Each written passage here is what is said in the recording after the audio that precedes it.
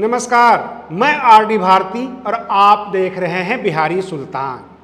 लोकसभा चुनाव 2024 का कवर करने के लिए मैं गांव-गांव घूम रहा हूं और उसी क्रम में बिहार के बेगूसराय जिला का ये बेगूसराय लोकसभा क्षेत्र है, जहां मैदा बभनगामा में एक अंबेडकर पब्लिक स्कूल में बैठा हुआ हूं, जिनके संचालक ओम प्रकाश बौद्ध हैं और बेगूसराय लोकसभा के कैंडिडेट चंदन कुमार दास हैं। मैं इनके घर पे भी गया था, पता लगा कि ये मैदा बभनगामा के कार्यालय में है।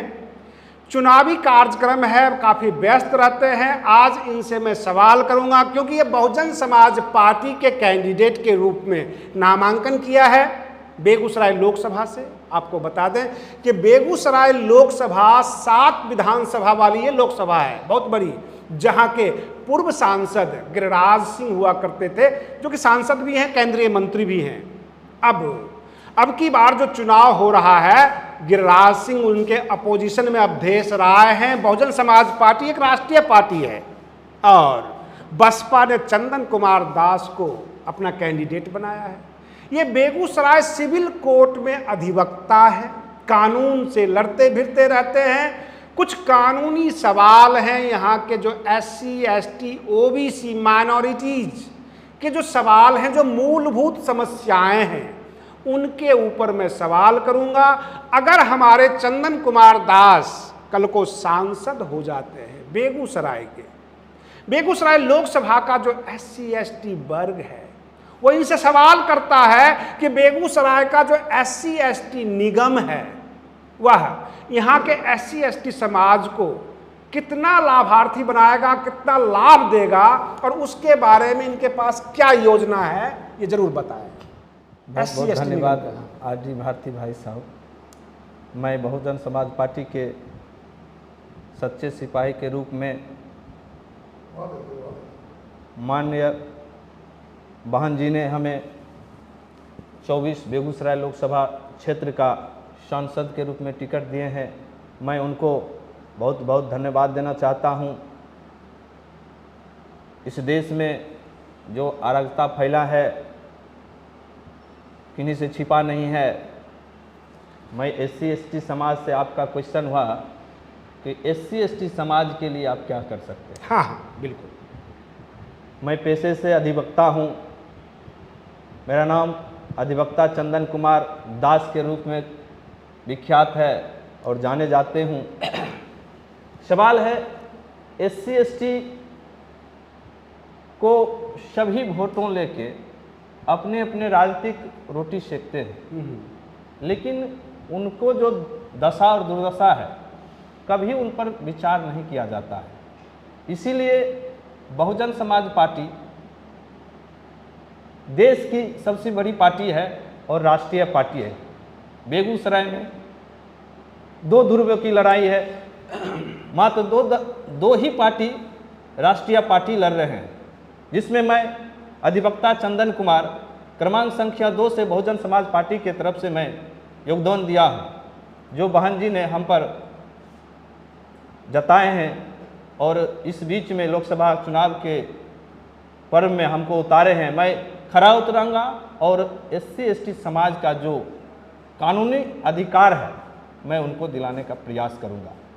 आज मैं अंबेडकर भवन में बैठा हुआ हूँ। डॉक्टर भीमराव अंबेडकर जी कहा करते थे, agitate, educate and be organise, है ना।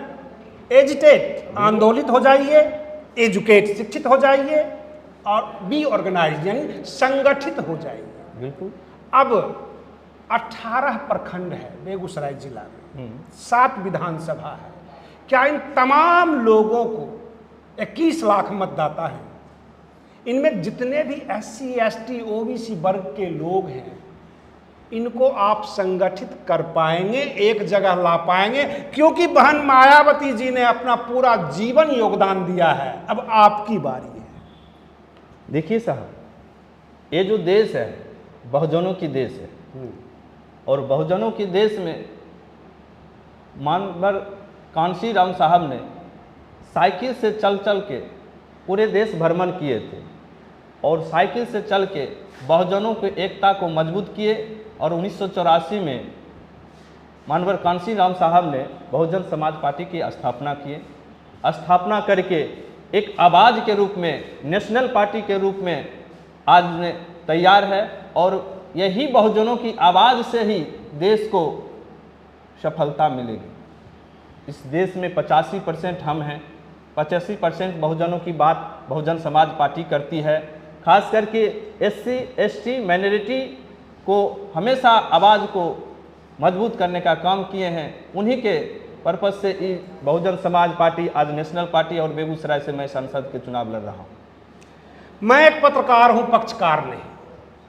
मैं आपसे वह सवाल पूछ रहा हूं जो पूरा का पूरा SC ST वर्ग देख रहा है, और यह वीडियो वो सेव करके रख लेगा ताकि बाद में आपको दिखाया जाए। राजस्थान के 6 विधायक कांग्रेस में चले गए, चाहे वो लालच बस गए हों, बिक गए हों, या जो भी है। बिहार के जमा खान जदयू में चले गए। आप सांसद बन जाएंगे तो किस पार्टी में जाएंगे? आपका जो सवाल है सर, सुनने में कभी कभी हंसी भी आती है। चल गया, चल आया, लेकिन इस देश में जाने आने की तो अनेकों चीज़ रहेगी, जाते रहेगी, आते रहेगी। मैं पैदाइशी बसपा हूँ, मेरा पिताजी ही बसपा थे। बसपा के फुल टाइम हॉल टाइमर जिसको कार्यकर्ता करते हैं वो थे। मैं उन्हीं का बच्चा हूँ। मैं कभी बसपा छोड़ के इधर उधर की पार्टी में ताक झांक करने का औकात नहीं रखूँगा। मैं बहुजन समाज का सच्चा सिपाही हूँ। मैं बहुजन समाज के बात को रखूँगा और बहुजन समाज के ही हित में काम करने का वादा करता हूँ। मैं बहुजन समाज पार्टी के तरफ से कभी भी कोई भी त्रुटि नहीं होने दूंगा। अच्छा, एक बात बताइए, मान्यवर काशीराम जी कहा करते थे कि जितना बड़ा चम्मच होगा कटोरा जल्दी खाली हो जाता है, कहा करते थे। बिल्कुल। तो आपके साथ कितने चम्मच हैं? मेरे साथ में अभी चम्मच नहीं रखा है, कोई चम्मच नहीं है। अच्छा। इसीलिए आज जो है बहुजन समाज पार्टी हमको टिकट दिए हैं। चम्मच का कोई लोभ लालच नहीं है, ना पीछे ना आगे, कोई चम्मच का अधिकार नहीं है, ना रखेंगे। बहन मायावती जी कहती हैं कि बसपा एक राजनीतिक दल नहीं बल्कि एक मिशन है। आप लोग समाज के लिए काम करते हैं, जनता के लिए काम करते हैं, अधिवक्ता भी हैं। व्यक्तिगत गारंटी के तौर पे क्या आप कह सकते हैं कि इस चुनाव के बाद SC ST वर्ग के लोगों को फ्री लीगल एड की व्यवस्था कर देंगे, कानूनी सहायता देंगे? बिल्कुल। मैं अभी भी अधिवक्ता के नाते बेगूसराय सिविल कोर्ट में अपने समाज को रक्षा और कानूनी सलाहकार फ्री ऑफ देते हैं, फ्री ऑफ कॉस्ट। साथ में मैं संसद का चुनाव लड़ रहा हूं। इस देश में बहुजन समाज पार्टी को संविधान के रूप में जाना जाता है। संविधान जब तक रहेगा बहुजन समाज पार्टी है तभी तक रहेगा। यदि बहुजन समाज पार्टी को कुछ होता है तो संविधान खतरे में आ जाएगा।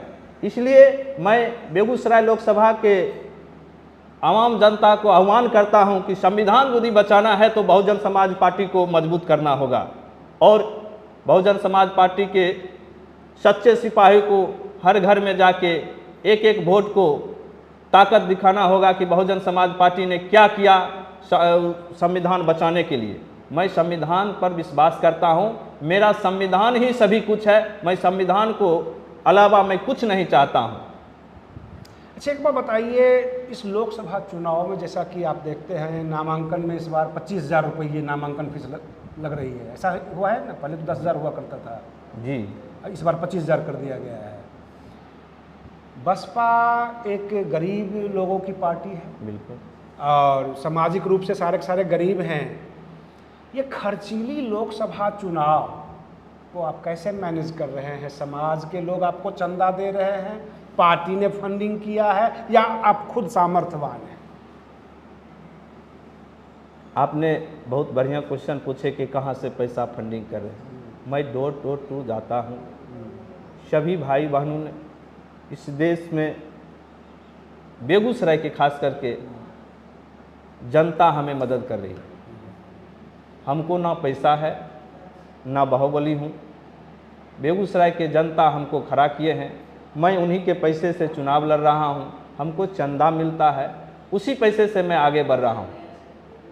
अच्छा, क्योंकि जो सामने जनता देख रही है, मैं आज आपको गारंटी दे रहा हूं, जो देखने वाले जो व्यूवर्स हैं, इन लोगों ने मुझे अपना आर्थिक सहयोग देकर, चंदा देकर मेरे चैनल को बहुत बड़ा बना दिया। बिल्कुल, आज हम नेशनल लेवल पर हैं और यही जनता आपको संसद में भेजेगी और इस जनता की आवाज ही आपको बनना है। अफसोस की बात यह है कि 131 सांसद जो डॉक्टर अंबेडकर ने रिजर्व कोटे में लिया था SC ST OBC की आवाज बनने के लिए, वो SC ST OBC की आवाज ना बनकर वो अपनी पार्टी की आवाज बन जाते हैं। जो कांग्रेस के नेता हैं वो कांग्रेस की आवाज बनते हैं। हमारे एक और जानने वाले हैं डॉक्टर उदित राज, उनका भी मैं इंटरव्यू लेता रहता हूं। वह कांग्रेस की आवाज बनते हैं, कांग्रेस की तरफ से प्रवक्ता बनते हैं। सच्चे मायने में बहुजन समाज पार्टी, खास करके बहन मायावती जी, उन तमाम मुद्दों के साथ आम जनता, गरीब जनता के साथ वो खड़ी हो जाती है। गरीब और अमीर में वो फर्क नहीं करती, चाहे वो किसी भी जाति का हो। आपने सुना होगा कि जब EWS का आरक्षण का मामला आया था तो सबसे पहले समर्थन बहन मायावती जी ने दिया था, जो सीधे कह दिया था कि गरीब गरीब होता है, उसकी कोई जाति नहीं होती, है ना। डॉक्टर भीमराव अंबेडकर धारा 370 के खिलाफ थे। जब तक वो लॉ मिनिस्टर रहे धारा 370 नहीं लग पाई थी।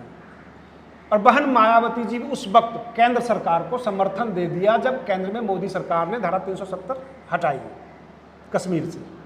और इस तरह से कुछ लोग कह देते हैं कि बसपा भाजपा की बी टीम है, कहा जाता है, आपने भी न्यूज़ सुना होगा। बहुत सारे ऐसे मुद्दे होते हैं जो गरीब से जुड़े होते हैं, शोषित वंचित से जुड़े होते हैं, और बहन मायावती जी वहाँ खड़ी हो जाती हैं, चाहे वो भाजपा सरकार कर रही हो अथवा कांग्रेस कर रही हो। बहुत सारे लोग कहते हैं बहन मायावती जी सड़कों पर उतरो। इनके कार्यकर्ता अब सड़क पर उतर चुके हैं। मैं इनके कार्यालय में आ चुका हूं। अभी 2024 के लोकसभा चुनाव का परिणाम 4 जून को आएगा, लेकिन इस बार परिणाम अच्छा आएगा ऐसी उम्मीद दिख रही है। आप बने रहिए बिहारी सुल्तान चैनल पर। हम फिर मिलते हैं अगले वीडियो में, तब तक के लिए धन्यवाद।